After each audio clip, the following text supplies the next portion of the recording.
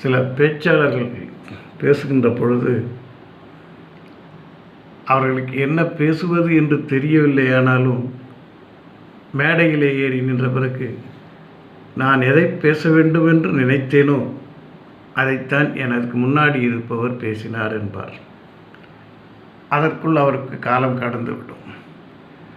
பேச வந்தவர் போல பாவித்து விட்டு வெளியே வந்து விடுவார். இப்படி பிழைப்பை நடத்துபவர்கள் பல பேர் இருக்கிறார்கள். இவர்களை நம்பலாமா? நம்பித்தான் பார்ப்போமே. பொய் சொல்ல தெரியாதவருக்கு பிழைக்க தெரியாது என்று ஒரு பழமொழி. எந்த இடத்திலே பொய் சொல்ல வேண்டுமோ அங்கே பொய் சொன்னால்தான் பிழைப்பு நடக்கும்.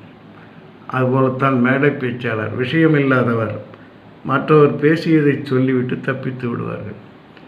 அங்கு தப்பிப்பதற்கு ஒரு வழி என்னவென்று இதிலிருந்து நாம் உணரலாம் அல்லவா? எல்லாம் இன்பமயம்.